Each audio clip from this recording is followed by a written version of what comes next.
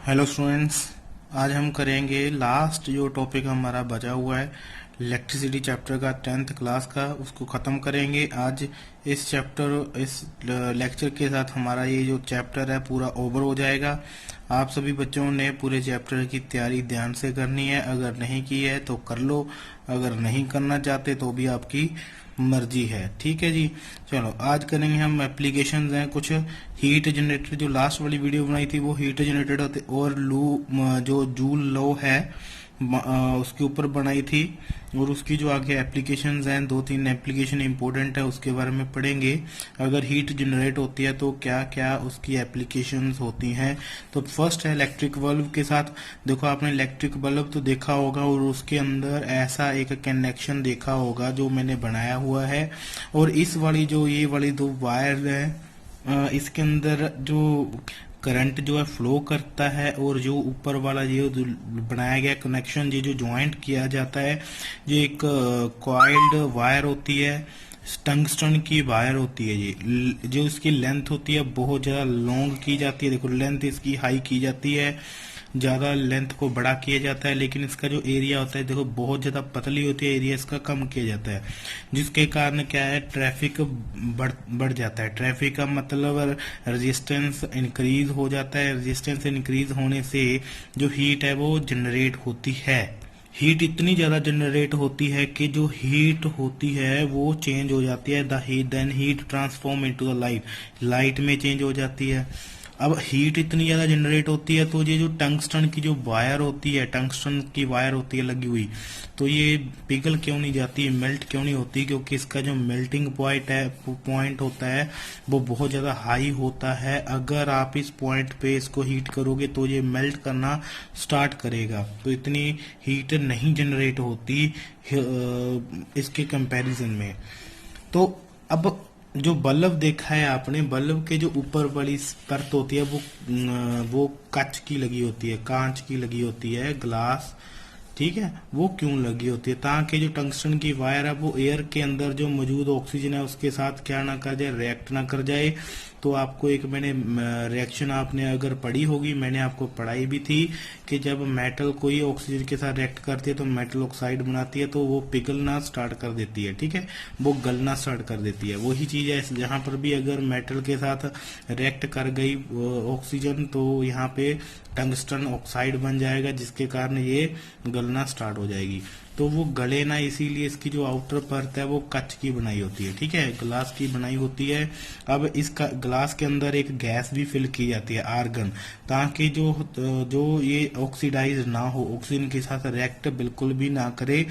Argon gas जो होती है ये एंटी ऑक्सीडाइज्ड गैस होती है, मतलब अब ऑक्सीडाइज ऑक्सीजन के साथ रिएक्ट करने नहीं देती जी टंगस्टन की वायर को। ठीक है जी, आगे देखते हैं। सेकंड जो है हमारा वो इलेक्ट्रिक फ्यूज है। घरों के अंदर इलेक्ट्रिक फ्यूज आप सभी ने देखा होगा, इलेक्ट्रिक फ्यूज लगे होते हैं। अगर नहीं देखे तो आप देख लो, एक बार स्टडी कर लो। जो आपके बड़े हैं पेरेंट्स हैं वो आपको फ्यूज के बारे में बता देंगे। तो इलेक्ट्रिक फ्यूज क्या होता है, जैसे ही घरों में ज्यादा तेज बिजली आती है तो घर के अंदर जो लगे हुए बड़े बड़े इक्विपमेंट्स होते हैं, एसी हो गया, फ्रिज हो गया, टीवी हो गया, फैन हो गया, एटसेट्रा एटसेट्रा, ऐसे बड़े बड़े जो इक्विपमेंट्स होते हैं हमारे घरों में, वो जलने का डर होता है, या फिर हमारे घर को आग लगने का डर होता है। इसीलिए जो इलेक्ट्रिक फ्यूज है ये लगाना घर के अंदर बहुत ज्यादा जरूरी है। अगर फ्यूज नहीं होगा, मान लो बहुत आपने डायरेक्ट वायर को कनेक्ट किया हुआ है, तो एकदम से तेज जो बिजली बाहर से आएगी, लाइव जो वायर के साथ एक लाइव वायर होती है, एक न्यूट्रल वायर होती है। ठीक है, अगर लाइव वायर में से डायरेक्ट बिजली आएगी, अगर तेज इलेक्ट्रिसिटी आ गई तो बहुत ज्यादा नुकसान होने का डर होता है।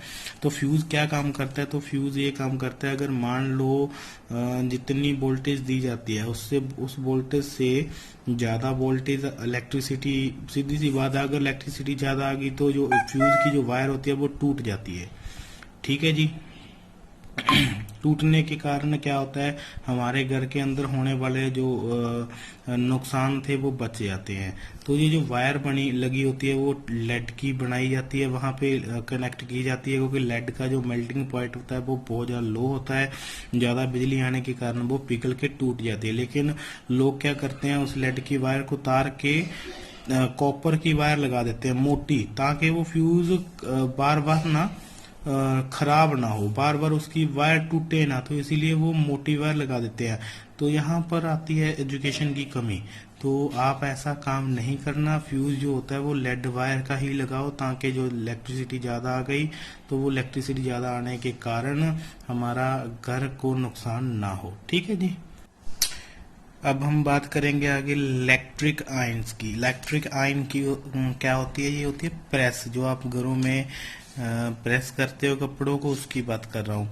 अब प्रेस के अंदर क्या होता है, एक रोड होती है ऐसी लंबी सी जो गर्म होती है, जिसके कारण जो बाहर वाली परत होती है प्रेस की वो गर्म होती है, हीट बढ़ी हुई है, जिसके कारण आप कपड़ों को इस्त्री कर सकते हो। ठीक है। जैसे उस वायर को ये जो वायर ये जो रोड जैसी लगी हुई लंबी सी है, ये किस चीज से बनी हुई है, ये निक्रोम की बनी हुई है। निक्रोम की बनी हुई है। निकल प्लस क्रोमियम को मिलाकर के निक्रोम बना हुआ ये अलॉय होता है।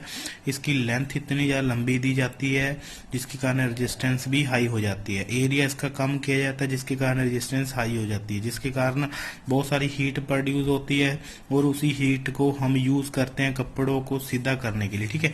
अब ये जो हीट होती है, अब मान लो कि इलेक्ट्रिसिटी भी तो जो है क्रॉस हो रही है, पास हो रही है, तो इलेक्ट्रिसिटी जब आप टच करके देखते हो तो आपकी जो प्रेस होती है वो गर्म हो जाती है, लेकिन आपको करंट नहीं लगता। क्यों? क्योंकि जो नीचे वाली जो प्लेट होती है और ये जो लंबी सी रोड होती है, इसके बीच में एक ऐसे एक परत जैसे एक शीट लगाई जाती है। वो शीट जो है मिका की शीट लगाई जाती है, मिका। ठीक है। इसको लोग माइका भी बोल देते हैं, मैं मिका बोल रहा हूँ। मिका की शीट लगाई जाती है। ये इसका काम क्या है, ये गुड कंडक्टर होता है हीट का। ये सिर्फ अपने अंदर से हीट को ट्रांसफर करती है।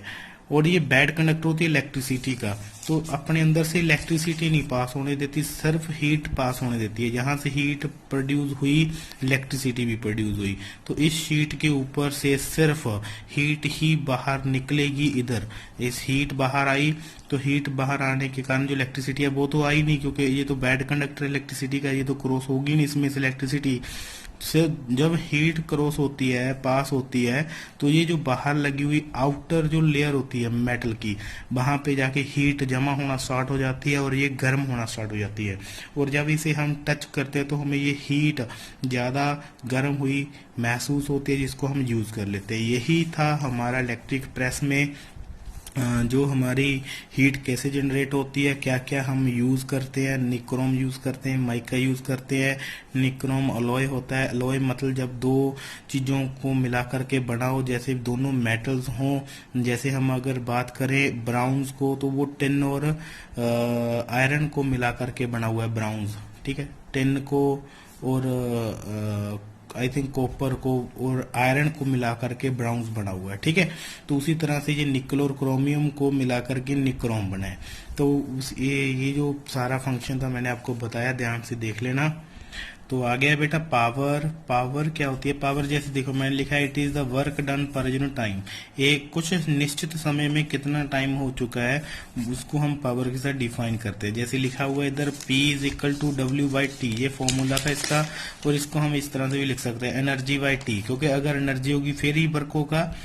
तो इसका मतलब जो एनर्जी है वो वर्क के साथ इक्वल टू रख सकते हैं हम। ठीक है। वर्क बाई टी भी लिख सकते हैं, एनर्जी बाई टी भी लिख सकते हैं। इसको हम हीट बाई H/T भी लिख सकते हैं। ठीक है। मैंने आपको लास्ट वाली वीडियो में बताया था कि अगर वर्क का फॉर्मूला लिखना है या हीट का फॉर्मूला लिखना, वो दोनों बराबर होते हैं। इसी तरह से एनर्जी का भी ये सेम ही होता है। ठीक है। हियर यू नो, आप जानते हो सभी। देखो W और H मैंने आपको बताया, वर्क और हीट, इसके जो फॉर्मूले हैं वो क्या है, मैंने आपको लास्ट वाली वीडियो में करवा दिए थे। VIT, I2RT, V2TYR ये कैसे जनरेट होते हैं, कैसे लिखते हैं, कैसे बनाते हैं, ये भी मैंने आपको बताया था। अगर नहीं पता तो एक बार लास्ट वाली वीडियो देख लो, आपको पता चल जाएगा। अगर मान लो इसी W की वैल्यू, जैसे W का फॉर्मूला था VIT, I2RT, V2TYR, अगर ये तीनों को बारी बारी मैं इस फॉर्मूले में पुट करता जाऊं, इस W में पुट करूं, अगर मैं P is equal to W की जगह पे, ये देखो E इक्वल टू है VIT को रख दूं तो T के साथ T कैंसिल तो VI आ जाएगा। इसका मतलब P is equal to VI, जैसे इधर बनाया हुआ मैंने, P is equal to W की जगह मैंने इस वाले एक्सप्रेशन को रखा, इसकी वैल्यू पुट की, टी के साथ टी कैंसिल और VI बन गया। अब दूसरे में भी देखो वैसे ही PW, अब दूसरी बार मैंने इस फॉर्मूले को रखा, W का जो निकला हुआ था, जो पिछली वीडियो में हमने निकाला है, उसको रख करके टी के साथ टी कैंसिल, I2R बना, तो ये सेकंड फॉर्मूला बना पावर का। और अगर थर्ड टाइम मैं इसको रखूं तो ये हमारा थर्ड फॉर्मूला पावर का जनरेट करवा देगा। कैसे? टी के साथ टी कैंसिल, V2/R।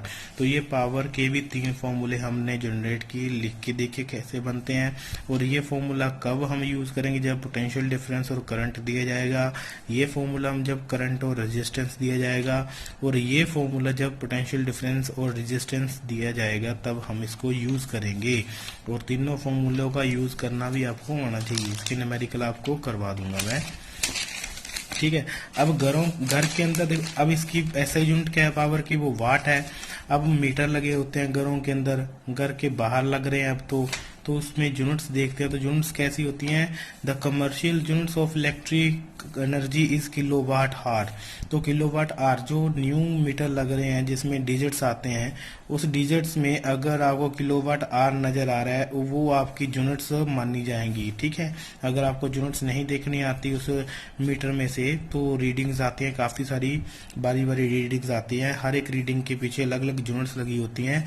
तो अगर जिस रीडिंग के पीछे ये किलोवाट आवर वाली यूनिट्स लगती है वो वाली आपकी एक यूनिट काउंट होती है।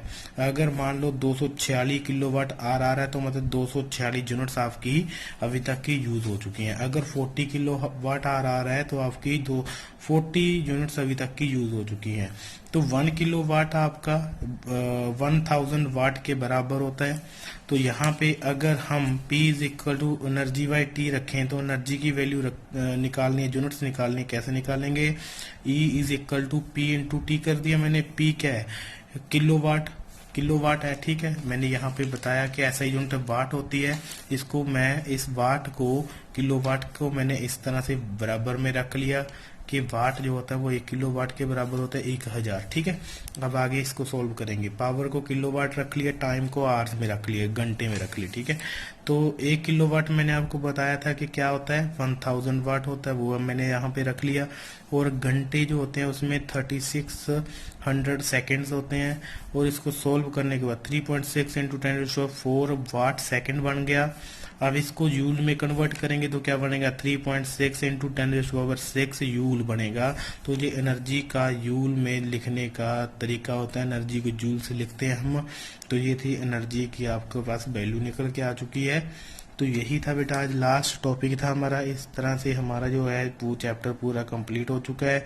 अगर आपको फिर भी कोई चीज समझ नहीं आ रही तो वीडियो लगा लो दोबारा से। अगर नहीं समझ में आ रहा फिर भी तो कमेंट कर दो, कमेंट करना बहुत ज्यादा जरूरी है। तो बेटा पढ़ते रहो इसी तरह से। नेक्स्ट वीडियो में मिलेंगे और एक आपको इस चैप्टर के जितने भी क्वेश्चन है वो डिस्कस करेंगे एक दिन बैठ के। अब नेक्स्ट चैप्टर स्टार्ट होगा आपका, ठीक है बेटा।